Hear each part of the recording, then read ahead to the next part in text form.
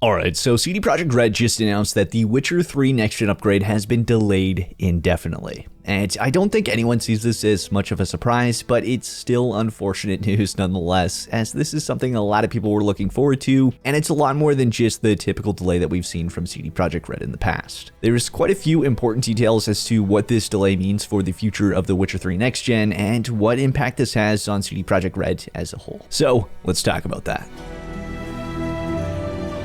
So earlier yesterday morning, the Witcher Twitter account tweeted out the following. We've decided to have our in-house development team conduct the remaining work on the next-gen version of The Witcher 3 Wild Hunt. We are currently evaluating the scope of work to be done and thus have to postpone the Q2 release until further notice. We will update you as soon as we can. Thank you for understanding. Now, of course, since this is CD Projekt Red, a lot of people are responding to this delay in a very negative manner, and that's something I will never personally understand, especially when it comes to CD Projekt Red, as if they didn't delay this, it would be a lot worse. Delays are always a good thing, as you don't want the product that would have been released without the delay. On top of that, this project was being worked on externally by Saber Interactive, which is a studio under THQ Nordic, the same external studio that had previously worked on The Witcher 3's Nintendo Switch ports and the 4K updates. So again, this project was not being developed by CD Projekt Red's in-house studio. But with this announcement, as CDPR stated, that is now changing. And based off the wording from this announcement, it kind of came off like Saber Interactive wasn't able to deliver on the project, either in terms of quality or timeline, but my bet is that they just came to a mutual understanding that Saber Interactive just isn't capable of continuing on with the project, due to their many other projects in development at their 8 internal studios. As for those of you unaware, they are apparently working on 15 new projects for the Embracer Group, including a multiplayer-focused Metro game. So it's reasonable to understand that they don't have the time or resources for a next-gen upgrade of The Witcher 3, which is a massive game.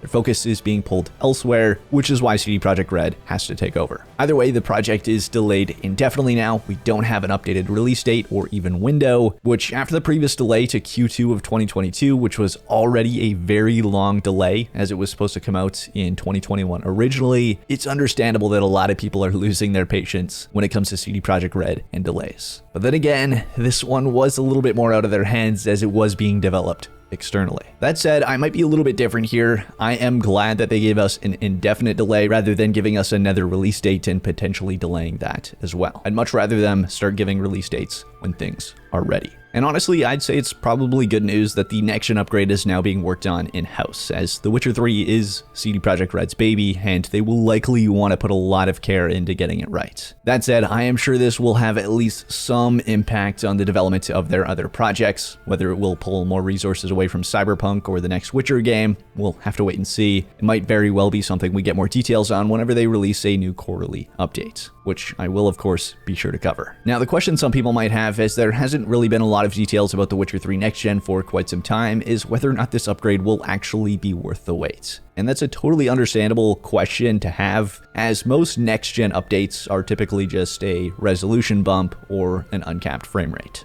which isn't exactly the most exciting thing in the world. And depending on the development process that went on over at Saber Interactive, I think it will be worth the wait. The reason for that is because we already have previously learned that they were planning on adding actual next-gen features, which implies things like ray tracing, DLSS, FSR, and DX12 specific features. And it will undoubtedly include an overhaul to meshes and textures as a baseline as well, with some past rumors even that the mod author of the Witcher 3 HD Reworked mod was cooperating with them on the project. Then there's the addition of the free Netflix-themed DLC, which, while it's likely going to be something very small, so temper your expectations on that one, it's still a very welcome addition. And something a lot of people seem to be forgetting is that all of this is for free. You don't have to pay for this next-gen upgrade, which will be releasing on PC, Xbox Series, and PlayStation 5, which would make it one of the most meaningful free next-gen upgrades that we have seen yet, as again, they're often just bumps to the resolution or frame rate. So it all really comes down to whether or not they will deliver on the promises. So, as always, temper your expectations, as it's better to be pleasantly surprised than disappointed. The least I'd say you can expect is that this won't just be a resolution and frame rate bump. That said, I'm still very interested on what went on with Saber Interactive and CDPR when it comes to this project, as they previously had a very strong relationship, with CDPR showing a large amount of respect for them in the past. So I hope this was a mutual decision and not something that will result in any form of fallout between the two moving forward. CD Projekt Red also has a lot on its plate right now, especially with this project being added to it, which if you want to learn more about those, be sure to watch one of the videos on screen. But that's it for this video. Thanks again for watching, and until next time, this is Apoqsi signing off.